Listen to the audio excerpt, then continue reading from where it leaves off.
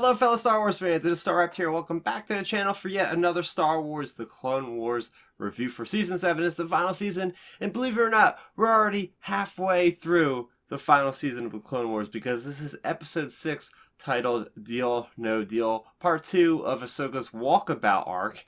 And here, I thought we were going to be on Coruscant the whole time. Well, I was completely wrong, because we go all over the galaxy in this single episode where we pick up on Coruscant. We have Ahsoka. She befriended, I guess, these two sisters called Raffa and Trace. And there was a little bit of an uneasiness between the older sister Raffa and Ahsoka. And all of a sudden, Ahsoka shows up and becomes like best friends with her little sister. And I guess there's some jealousy there. And you have Raffa, who is very much a gambler, and this very much fits in the persona of the people just trying to scrounge by on the on the lower levels of Coruscant. She's dealing with this scum and this villainy, and she has this new job that she's gonna do that's gonna get them a lot of money to pay their debtors. So it involves Trace, who is a pilot. She's been getting this ship called the Silver Angel. I know it's a crazy name, just like everybody was saying in that particular episode,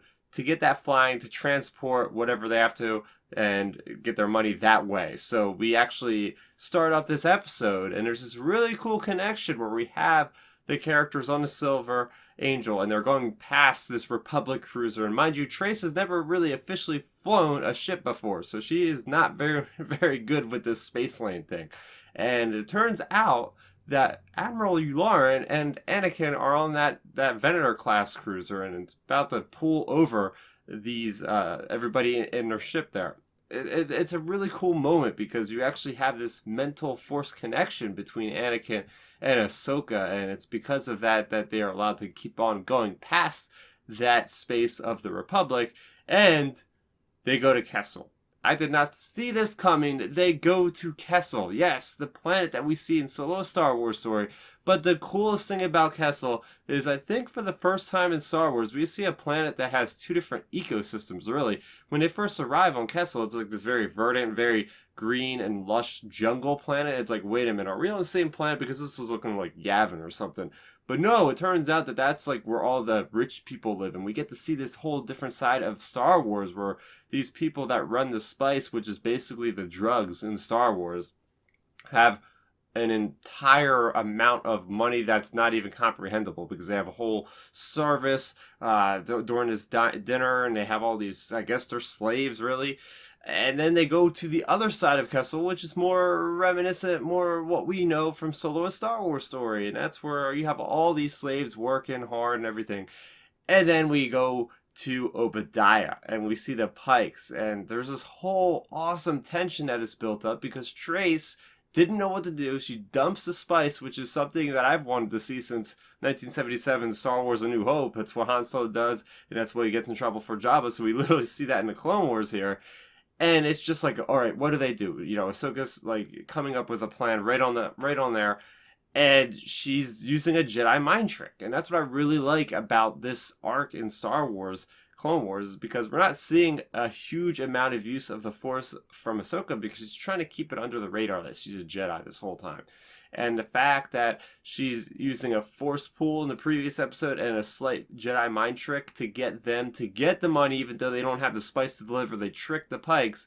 And, ooh, it's not good. As Ahsoka says, she's been around the galaxy, and she knows that the Pykes, you do not want to cross the Pykes. And that's what I do like about the episode, is throughout the episode, you know, Raffa is very suspicious of Ahsoka. Why does she know so much about what she does?